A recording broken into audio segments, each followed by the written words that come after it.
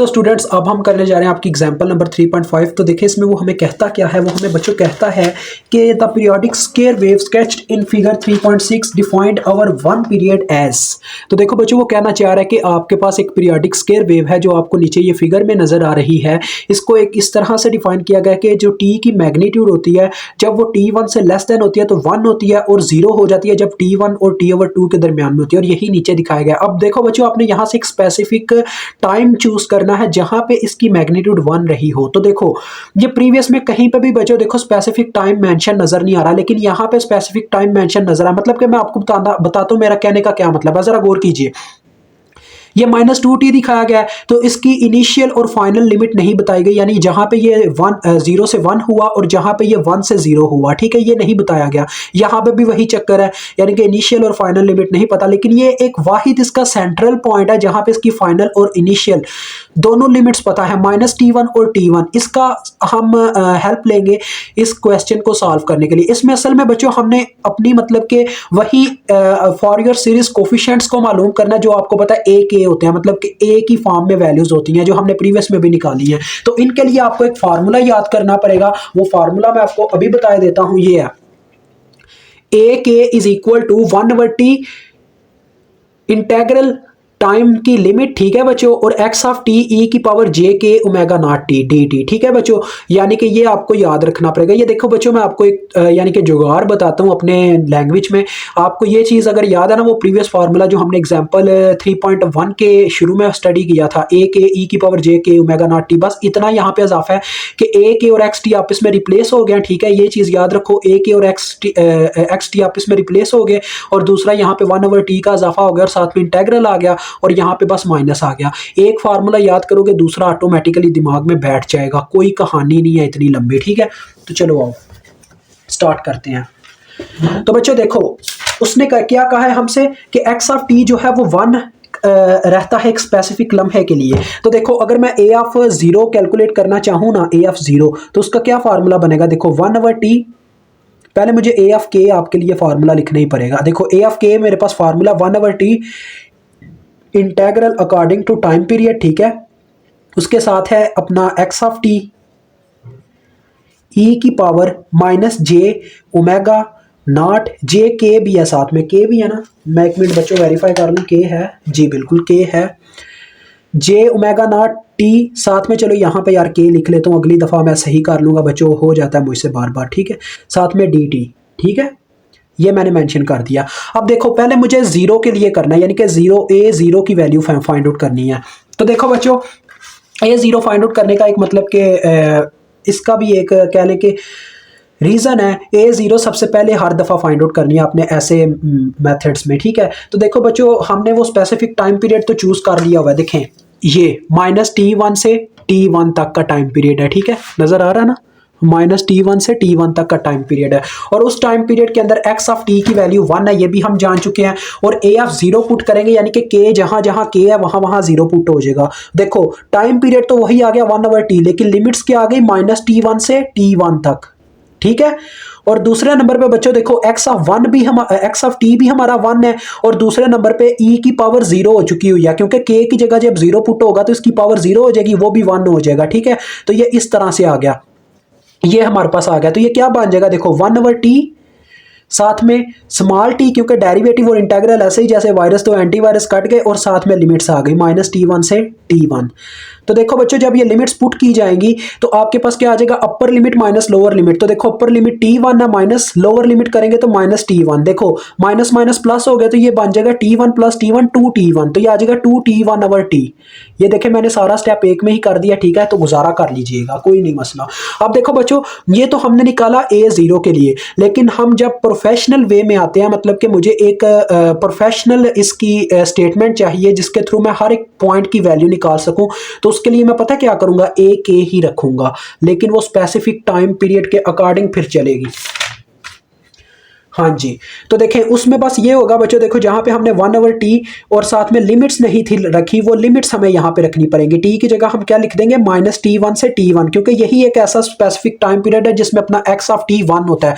तो x of t की जगह तो 1 पुट कर देंगे, वो 1 हो गया, लेकिन e की power -j omega naught t इस दफा यानी कि j के ओमेगा नॉट t यहाँ पे अभी एग्जिस्ट करेगी। उसकी वजह आप सब जानते हैं, उसकी वजह एक ही है, क्योंकि अब हमने k की जगह 0 नहीं पुट किया, सिंपल k ही जनरल फॉर्म में ही रहने दिया। अब इसकी आपने जनरल फॉर्म से इक्वेशन बना लेनी है। देखें आपको पता है बच्चों, ई का जो भी मतलब कि जब भी किसी एक्सपोनेंशियल का हम लेते हैं इंटेग्रल, तो क्या होता है जी, वो पहले एज इट एज लिखा जाता है ई की power -j omega not T, और ये टी के लिहाज से टाइम लिया जा रहा था ना इसका इंटेग्रल, तो टी को छोड़ के जो भी इसके साथ मल्टीप्लाई हो रहा है वो सारा इसके एक दफा बटे में आ जाएगा, -j ओमेगा नॉट।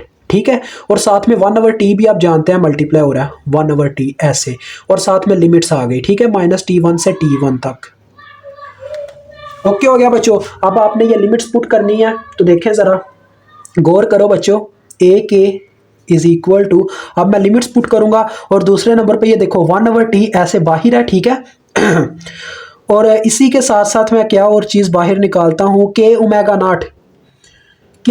नॉट बच्चों बाहर निकाल लेते हैं। ठीक है, के ओमेगा नॉट बाहर आ गया, के ओमेगा नॉट बाहर आ गया, -j अभी अंदर ही है। ठीक है, तो देखो ये इस तरह से आएगा, अपर लिमिट पहले पुट होगी, अपर लिमिट हमारे पास क्या है t1, तो ये क्या बन जाएगा e की power -j omega not, T की जगह ये पुट होनी है तो ये आ जाएगा यहाँ पे t1 माइनस लोअर लिमिट, तो अब सेंटर में माइनस आ गया, फिर हमने लोअर लिमिट पुट की j omega not, lower limit है बच्चों -t1, तो देखो -t1 यहाँ पे जब पुट किया जाएगा तो वो क्या बन जाएगा +t1, क्योंकि माइनस पहले भी मौजूदा, माइनस माइनस प्लस हो गया तो ये +t1 हो गया। ठीक है, इस तरह से आ गया। अब जरा गौर कीजिएगा, इसके बटे में हमारे पास क्या है, इसके बटे में है -j। अब ये इसको क्या करेगा, जरा गौर कीजिएगा बच्चों, अब ये जो माइनस है ना, इसको हम माइनस को ऊपर मल्टीप्लाई करवा देंगे और बाहर 2 से मल्टीप्लाई करवाएंगे और यहाँ पे 2 से डिवाइड करवाएंगे। उसकी एक वजह मैं आपको बताता हूँ क्या वजह है, जरा गौर करें।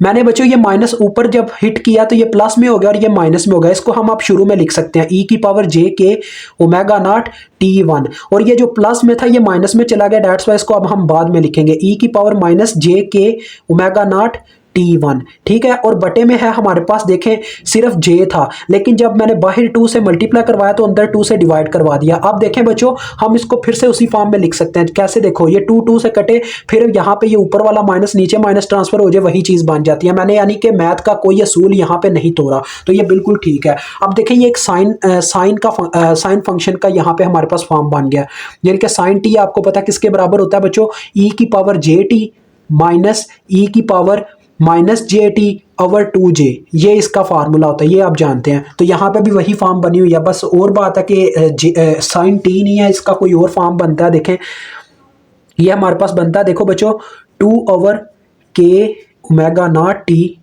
2 के साथ ही लिख देता हूँ आगे साइन,